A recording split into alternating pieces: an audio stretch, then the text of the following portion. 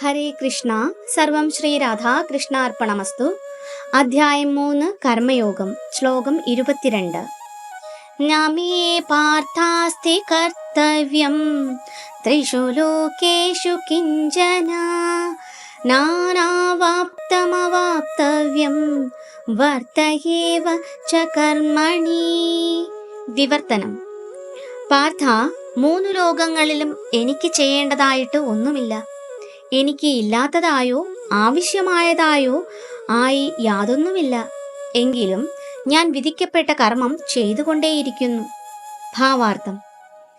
വൈദിക സാഹിത്യം ഭഗവാനെ വർണ്ണിക്കുന്നത് ഇങ്ങനെയാണ്: തമീശ്വരാണാം പരമം മഹേശ്വരം തം ദേവതാനാം പരമം ച ദൈവതം പതിം പതീനാം പരമം പരസ്ഥാത് വിദാമദേവം ഭുവനേശമീഢ്യം ന തസ്യ കാര്യം കരണം ച വിദ്യതേന തത്സമശ്ചാദ്യതികശ്ച ദൃശ്യത്തെ പരാസ്യ ശക്തിർവിവിധൈവ ശ്രൂയത്തെ സ്വാഭാവികീ ജ്ഞാനബലക്രിയാച.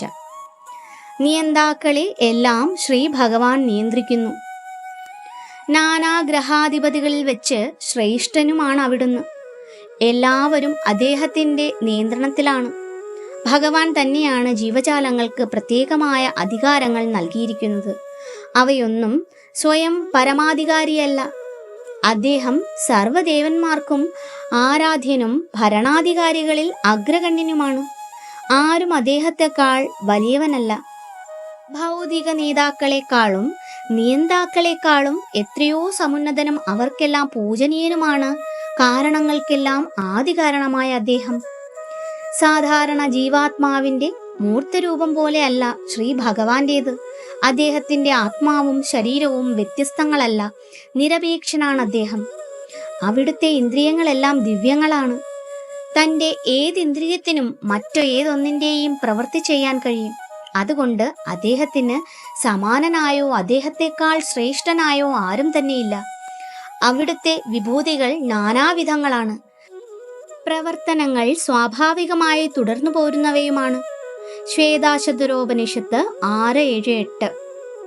ഭഗവാനിൽ ഏതൊന്നും സമ്പൂർണ്ണ ഐശ്വര്യത്തോടും പൂർണ്ണ സത്യമായും നിലകൊള്ളുന്നു. അതുകൊണ്ട് അദ്ദേഹത്തിന് കർമ്മം ചെയ്യേണ്ടുന്ന ആവശ്യമില്ല. കർമ്മഫലങ്ങൾ ആവശ്യപ്പെടുന്നവന് മാത്രമാണ് കർത്തവ്യങ്ങൾ വിധിക്കപ്പെട്ടിട്ടുള്ളത്. 3 ലോകങ്ങളിൽ നിന്നും നേടേണ്ടതായ ഒന്നുമില്ലാത്തവന് എന്തുണ്ട് കർത്തവ്യം? എങ്കിലും ശ്രീകൃഷ്ണ ഭഗവാൻ ക്ഷത്രിയരുടെ നേതാവെന്ന നിലയിൽ കുരുക്ഷേത്ര യുദ്ധരംഗത്ത് പ്രവർത്തിച്ചു. കഷ്ടപ്പെടുന്നവരെ രക്ഷിക്കേണ്ടത് ക്ഷത്രിയർക്കു വിധിക്കപ്പെട്ട ചുമതലയാണല്ലോ.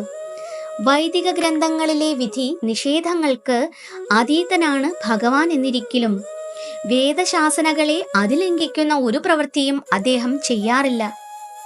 ശ്ലോകം 23. യദീഹേഹം ന വർത്തേയം ജാതുകർമ്മണ്യതന്ത്രിതഃ മമ വർത്തമാനുവർത്തന്തേ മനുഷ്യാ പാർത്ഥ സർവശഃ. വിവർത്തനം. വിധിക്കപ്പെട്ട കർമ്മങ്ങൾ ഞാൻ ശ്രദ്ധയോടെ ചെയ്യാതിരുന്നുവെങ്കിലും അല്ലയോ പാർത്ഥ, ജനങ്ങൾ എൻ്റെ മാർഗം പിന്തുടരുമായിരുന്നു. ഭാവാർത്ഥം. ആധ്യാത്മിക പുരോഗതിക്കാവശ്യമായ സാമൂഹ്യ സ്വാസ്ഥ്യം പുലർത്തിപ്പോരാൻ വേണ്ടി വംശപാരമ്പര്യമനുസരിച്ചുള്ള ആചാരങ്ങൾ സംസ്കാര സമ്പന്നനായ ഏതു മനുഷ്യനും വിധിക്കപ്പെട്ടിട്ടുണ്ട്. ബദ്ധരായ ജീവാത്മാക്കളെ അല്ലാതെ ശ്രീകൃഷ്ണ ഭഗവാനെ ഒരിക്കലും ബാധിക്കുന്നവയല്ല ഈ നിബന്ധനകൾ.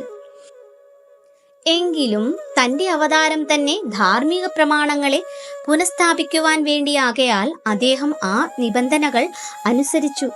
അല്ലെങ്കിൽ അദ്ദേഹത്തിൻ്റെ സർവോത്കൃഷ്ടമായ ആധികാരികത്വമോർത്ത് സാധാരണ ജനങ്ങളെല്ലാം അവിടുത്തെ പിന്തുടരും. മതപരങ്ങളായ എല്ലാ ആചാരങ്ങളെയും നല്ലൊരു ഗൃഹസ്ഥൻ എന്ന നിലയിൽ ഗൃഹത്തിലും പുറത്തും ശ്രീകൃഷ്ണ ഭഗവാൻ അനുഷ്ഠിച്ചിരുന്നുവെന്ന് ഭാഗവതത്തിൽ നിന്നറിയാം. ഹരേ കൃഷ്ണ. സർവം ശ്രീ രാധാകൃഷ്ണാർപ്പണമസ്തു.